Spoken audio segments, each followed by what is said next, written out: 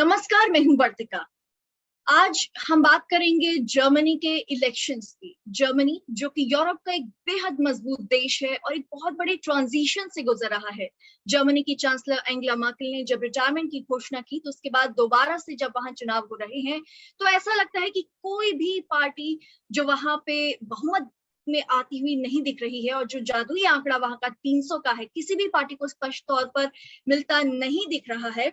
ऐसे में हम बात करेंगे कि जर्मनी की राजनीति, जर्मनी का भविष्य किस ओर बढ़ रहा है।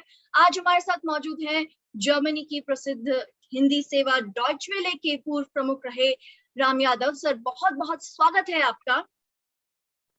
धन्यवाद आपको। सर, आप पिछले 50 सालों से लगभग जर्मनी में हैं और करीब 25 साल 30 साल लगभग आपने लगातार जर्मनी की पत्रकारिता, जर्मनी की राजनीति को देखा है। ये जो दौर है जर्मनी की राजनीति का, ये जो मोड़ है आज, जिस मोड़ पे जर्मनी खड़ा हुआ है, जहां पे 16 साल से पिछले राज कर रही एंगेला मर्केल की पार्टी को स्पष्ट बहुमत नहीं मिला है। हालांकि एंगेला मर्केल के रहते हुए भी गठबंधन को लेकर कई सवाल उठाए जा रहे थे और कुछ दिक्कतें आ रही थी गठबंधन की राजनीति में। और अब जब एंगेला मर्केल ने स्पष्ट तौर से कहा कि अब हम और चुनाव नहीं लड़ सकते हैं, हम राजनीति से संन्यास ले रहे हैं, उसके बाद जो दूसरी पार्टियां हैं, जो सोशल डेमोक्रेटिक पार्टी है, वो आगे निकलती हुई नजर आ रही है, जो क्रिश्चियन डेमोक्रेटिक यूनियन रही एंगेला मर्केल की, उससे ये ऐसे में आप सबसे पहले क्या बताना चाहेंगे कि जर्मनी की जो राजनीति का मोड़ है, ये कितना दिलचस्प रहना चाहिए पूरी दुनिया के लिए और भारत के लोगों के लिए? जर्मनी में चुनाव जो है वो थोड़े जटिल हैं, भारत के मुकाबले काफी जटिल हैं। यहाँ पर चुनाव का तरीका है जिसको कहते हैं आनुपातिक चुनाव पद्धति। यहाँ दो तरह के वोट होते हैं, हर आदमी को 2 वोट डालने होते हैं।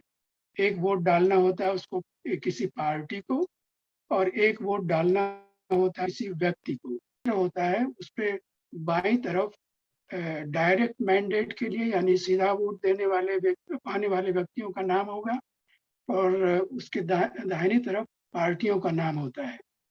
और इस तरह से कुछ लोग सीधे सीधे चुन कर जा सकते हैं, और जो लोग सोचते हैं कि मैं सीधे नहीं चुना जा सकूंगा, पर अगर मेरी पार्टी अपनी लिस्ट, पार्टी की अपनी एक लिस्ट होती है, हर राज्य में उस पार्टी की अपनी एक लिस्ट होती है, जिसमें अगर उसका नाम है और अगर सीटें अभी हैं पूरी नहीं भरी हैं, तो ऊपर से लेके, यानी जो पहला नंबर होगा उसका पहले नंबर आएगा, जो दूसरा होगा उसका दूसरा, तीसरा, इस तरह से बहुत सारे लोगों को उससे जगह मिल जाती है। तो यहाँ के कुछ एक बड़े बड़े नेता, जिनमें ओलाफ शोल्स भी हैं, आर्मिन लाशेट भी हैं, ये डायरेक्ट कैंडिडेट भी हैं और ये पार्टी कैंडिडेट भी। जहाँ तक जर्मनी की राजनीति का प्रश्न है, तो एंगेला मर्केल के 16 साल तक लगातार चांसलर रहने से कहीं न कहीं लोग थोड़ा सा ऊब गए थे और उनकी नीतियों में कहीं न कहीं एक रास्ता आ गई थी। और दूसरी समस्या ये थी कि विशेषकर 2015 में मध्य पूर्व में जो बहुत सारी उथल-पुथल मची, सीरिया में बहुत जो एक तरह से संघर्ष चल रहा था, और इस्लामिक स्टेट के अत्याचारों के कारण जब सीरिया से और मध्य पूर्व के कई अरब देशों से भी मुस्लिम शरणार्थियों का जर्मनी की तरफ तेजी से आना शुरू हुआ, करीब 10 लाख शरणार्थी बहुत थोड़े से समय में आ गए जी। तो एंगेला मर्केल ने जिस उदारता के साथ उनका स्वागत किया और उनकी पार्टी ने, तो उससे शुरू में तो जनता ने उनका साथ दिया जी। लेकिन बाद में जनता को लगा कि ये चीज तो हमारे अपने भविष्य के लिए बहुत ठीक नहीं है। इस बार जनता ने इन पार्टियों को इतना कम वोट दिया कि अब स्थिति ये है कि बिना कम से कम 3 पार्टियों के बीच गठबंधन के कोई सरकार नहीं बन सकती जी। और आपने जिस एएफडी पार्टी का जिक्र किया, उसने बेहद कम समय में अब इस बार 80 से ज्यादा जो सीटें हैं उन पर एक तरीके से जीत हासिल करने में उनको कामयाबी मिली है। और आपने जो गठबंधन की बात की तो उसमें सबसे ज्यादा जो अभी वोट प्रतिशत मिला है वो एसपीडी को मिला है, जो कि सोशल डेमोक्रेटिक पार्टी है। उसके बाद में जी डीयू और सीएसयू जो हैं उनकी पार्टी को करीब 24% का वोट प्रतिशत मिला है, और ग्रीन्स जी उसके बाद में है, और फिर बाकी एफडीपी और एएफडी और लेफ्ट पार्टियां हैं। लेकिन बात की जी जाती है किस तरीके का गठबंधन बन सकता है, क्या समीकरण है जर्मनी की राजनीति में। कोई कह रहा है कि ये ट्रैफिक लाइट गठबंधन हो सकता है, कोई कहता है कि जमैका गठबंधन हो सकता है जिसमें कि 3 अलग अलग कलरों वाली पार्टियों का नाम है, कोई केन्या गठबंधन और जर्मनी गठबंधन और ग्रैंड कोलिशन। तो हम चाहेंगे कि जो अलग अलग नाम सामने आ रहे हैं कोलिशंस के, इनके बारे में जरा विस्तार से आप हमारे दर्शकों को बताइए। जहाँ तक ग्रैंड कोएलिशन की बात है, जिसको हम हिंदी में महागठबंधन कहते हैं, तो जी उसकी फिलहाल सरकार है, जी जिसमें सीडीयू और एसपीटी यही दो पार्टियां हैं। इनकी इस समय मिली जुली सरकार है। पर जनता ने इस बार जिस तरह से मतदान किया है, उसने साफ दिखा दिया है कि हमें आपका ये ग्रैंड कोएलिशन, ये महागठबंधन पसंद नहीं है। इसमें अब कुछ न कुछ बदलाव होना चाहिए। तो इस समय जो स्थिति है उसके अनुसार ये दो पार्टियां सीडीयू और एसपीटी जो इस समय सरकार में हैं, इन्हीं में से किसी न किसी को सरकार बनानी होगी। जी और इनको जो बाकी 4 पार्टियां हैं, जैसे ग्रीन पार्टी है, लिबरल पार्टी एफडीपी है, जी और ग्रीन पार्टी के अलावा एक और कौन सी है दूसरा, उसका नाम मुझे याद नहीं आ रहा है। जी तो एफडीपी है, ग्रीन्स है, एएफडी है, लेफ्ट पार्टियां हैं। एएफडी तो यहाँ पे अछूत है। जी जी एएफडी और लेफ्ट को आप अछूत मानिए। उनके साथ कोई पार्टी कोalition नहीं करना चाहती, उनके साथ कोई गठबंधन नहीं करना चाहती। एएफडी मतलब आप इसलिए, कह रहे हैं कि जर्मनी में स्थिति ये है कि धुर दक्षिणपंथी और धुर लेफ्ट दोनों को ही हाँ अछूत माना जाता है। बिल्कुल, दोनों अछूत हैं, राजनीतिक अछूत हैं। उनके साथ मिलकर कोई सरकार बनाना नहीं चाहता है।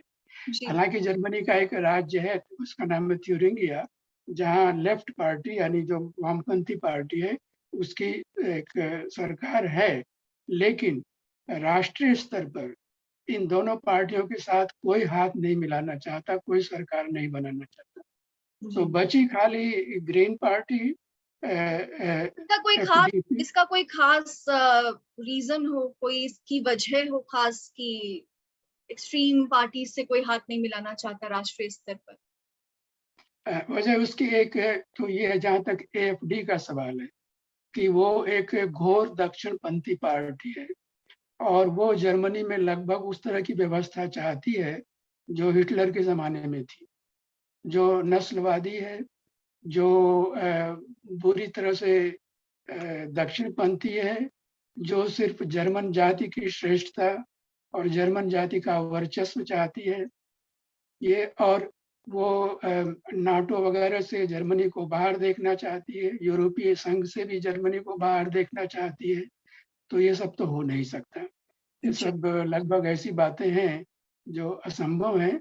लोगों को, ठीक है, जो लोग उसको वोट देते हैं वो अपनी खुशी के लिए दे देते हैं, लेकिन उनकी ये मांगे जो हैं वो आज की दुनिया में चल नहीं सकती। तो जी इसीलिए कोई भी समझदार, राजनीतिक दृष्टि से जिम्मेदार किस्म की पार्टी उनके साथ गठबंधन करना नहीं चाहेगी, और जी करेगी तो उसको यूरोपीय संघ के अंदर, नाटो के अंदर और दूसरी जगहों पर अपना विरोध सहना पड़ेगा। समस्या खड़ी होगी, जर्मनी बदनाम होगा, जी एक तरह से अलग थलग हो जाएगा। तो इसलिए वो संकट है उस मामले में। और ये जो दो पार्टियां हैं, ग्रीन पार्टी और लिबरल डेमोक्रेटिक पार्टी, ये कहीं न कहीं राज्यों में सरकार में है। पहले ये सरकार में शामिल रह चुके। जैसे कि ग्रीन पार्टी है, ये 1990 वाले दशक में, उस समय एसपीडी के चांसलर हुआ करते थे गेरहार्ड श्रोडर। तो उनकी पार्टी और ग्रीन पार्टी की मिली-जुली सरकार होती थी। तो जी ग्रीन पार्टी एक तरह से इस समय स्वीकार्य है। जी। और उसका जो एजेंडा है वो भी एक ऐसा एजेंडा है जिसका जर्मनी का बहुमत समर्थन करता है, यानी पर्यावरण की हमें रक्षा करनी है। कार्बन डाइऑक्साइड से जो परेशानियां पैदा होने वाली हैं जी। उनको हमें कम से कम करना है। तो उस सब के लिए जो भी सुधार हैं उसके प्रति पूरे जर्मनी में लगभग एक बहुमत है। जी, तो हमने इसलिए देखा कि किस तरीके से जब भी ऑटो शो था जर्मनी का, हमने वो तस्वीरें देखी जो ऑटो शो के खिलाफ एक बहुत बड़ा विरोध प्रदर्शन हुआ था और लोग उस ऑटो शो के विरोध में हज़ारों की संख्या में निकले थे कि यहाँ पर गाड़ियाँ नहीं होनी चाहिए और ये गाड़ियाँ जो हैं इस तरीके का ऑटो शो पर्यावरण के खिलाफ हैं और क्लाइमेट चेंज को बढ़ावा देते हैं। इस तरीके के का प्रदर्शनों की बजाय साइकिल और पर्यावरण के हित में जो चीजें हैं उनको बढ़ावा दिया जाना चाहिए। फिलहाल जो पार्टियां लीड कर रही हैं इस चुनाव के नतीजों में, उनके क्या मुद्दे रहे? वो भी अब ग्रीन पार्टी के मुद्दों को अपना रहे हैं। कुछ समय तक तो शुरू-शुरू में उन लोगों ने उनकी उपेक्षा की, लेकिन उन्होंने देखा कि ये सिर्फ जर्मनी का ही प्रश्न नहीं है, पूरी दुनिया में जो ट्रेंड है, जो झुकाव है उस तरफ जा रहा है कि हमें जलवायु को नियंत्रण में लाना ही पड़ेगा, वरना ये आत्महत्या के समान होगा।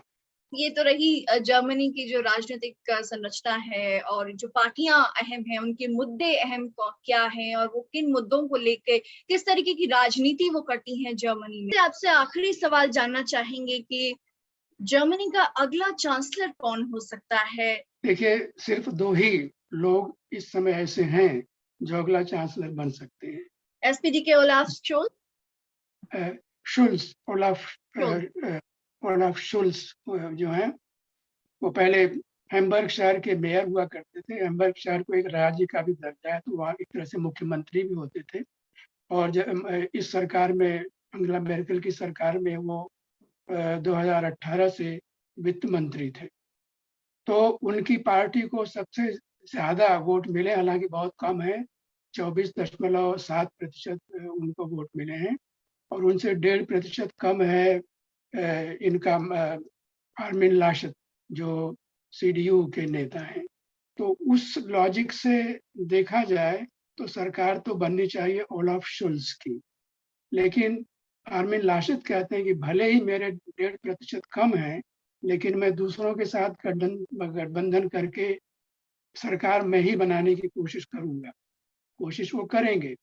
अगर कोई उनको ऐसा रास्ता मिल जाता है कि उनका पलड़ा थोड़ा भारी है, तो हो सकता है उनकी सरकार बने, वरना संभावना ज़्यादा है ओलाफ शोल्ज़ की सरकार बनने की। और उचित भी जो भी हमारे सामने परिणाम है चुनाव का, उसके अनुसार उचित भी वही होगा। इन दोनों के सिवाय दूसरा कोई नहीं बनेगा। जी। रही बात जहाँ तक भारत की, मैं थोड़ा जोड़ना चाहूँगा कि हम भारत भारत के लिए इनमें से कौन ज़्यादा उचित या अनुचित होगा, तो वो कहना बड़ा मुश्किल है। सिर्फ ओलाफ शुल्ज़ अकेले हैं जो कि 2012 में भारत की यात्रा कर चुके हैं और उस समय वे भारत में, उस समय की जो सरकार थी कांग्रेस पार्टी की, उसमें आनंद शर्मा जो मेरे ख्याल से उद्योग मंत्री हुआ करते थे, उनसे मिल चुके हैं। आर्मिन लाशेट जो हैं, ये अधिकतर समय इस राज्य नॉर्थ राइन वेस्टफेलिया के विधायक रहे हैं, मंत्री रहे हैं, कुछ समय से यहाँ के मुख्यमंत्री हैं, अब वो प्रधानमंत्री बनना चाहते हैं, पहली बार वो संसद सदस्य बनेंगे। वो भारत नहीं गए हैं। उनका भारत के बारे में क्या दृष्टिकोण है कहना मुश्किल है, लेकिन 2017 में उस समय भारत की जो जर्मनी में राजदूत थी, वो उनके कार्यालय में डुसेल्डोर्फ शहर में मिली थी। तो उस समय उन्होंने कहा था कि हमें सबसे बड़ी खुशी है कि नॉर्थ राइन वेस्टफेलिया राज्य में भारत के 4000 छात्र उच्च शिक्षा प्राप्त कर रहे हैं और यहाँ जितने भी विदेशी छात्र हैं, उनमें संख्या की दृष्टि से वो तीसरे नंबर पर हैं। और यहाँ की, इस राज्य की 1000 कंपनियां भारत में कारोबार कर रही हैं और भारत की 100 कंपनियां यहाँ कारोबार कर रही हैं। तो उसके आधार पर मैं कहूँगा कि वो भी भारत की कोई उपेक्षा नहीं करना चाहेंगे। वो उनका झुकाव शायद चीन की तरफ थोड़ा ज़्यादा हो सकता है, क्योंकि अंगेला मेर्केल का झुकाव चीन की तरफ काफ़ी अधिक। अंगेला मेर्केल अपने 16 साल में 12 बार चीन जा चुकी हैं और सिर्फ 4 बार भारत गई हैं। और उन्होंने चीन के साथ एक फ्री ट्रेड एग्रीमेंट बड़ी आनन-फानन में किया, अमेरिका में चुनाव होने से ठीक पहले, ताकि अमेरिका का चुनाव होने से पहले ही उसको तय कर लें। बाद में जब जो बाइडेन आए तो उन्होंने एक तरह से उस पर रोक लगा दी है, तब उसकी बातचीत नहीं हो रही है। लेकिन जिस तरह से अमेरिका इस बीच हिंद प्रशांत क्षेत्र में अपनी गतिविधियां बढ़ा रहा है, जो कि भारत के अपने हित में भी है, तो उस सब को भी देखते हुए जो भी यहाँ का चांसलर अगला होगा, वो चाहे चीन को जितना भी पसंद करता हो, लेकिन उसको भारत की तरफ भी देखना पड़ेगा और जी, भारत से भी नजदीकी बनानी पड़ेगी। भारत को ये भी हमारे देखना लिए पड़ेगा, भारत से भी नजदीकी बनानी पड़ेगी और हिंद प्रशांत क्षेत्र इसकी एक अहम वजह रह सकता है, चीन इसकी एक अहम वजह रह सकता है। जी हाँ। हमारे दर्शकों को ये सारी जानकारी देने के लिए राम यादव साहब आपका बहुत-बहुत शुक्रिया। साथ ही आप सभी दर्शकों का शुक्रिया जो कि इस चर्चा के दौरान हमारे साथ रहे। इस प्रोग्राम को लाइक कीजिए, शेयर कीजिए और यूरोप को समझने वाले जो हमारे दर्शक हैं और जर्मनी को समझने की जो चाहत रखते हैं और नेटो को लेकर और अमेरिका को लेकर जिन दर्शकों का इतना इंटरेस्ट हमारे साथ बना रहता है, हम उनसे गुजारिश करेंगे कि इस कार्यक्रम को ज़्यादा से ज़्यादा लोगों तक पहुँचाएँ, ताकि इतनी गूढ़ बारीक जानकारियां जो अभी राम साहब ने हमको दी हैं वो हमारे ज्यादा से ज्यादा दर्शकों तक पहुंच सके।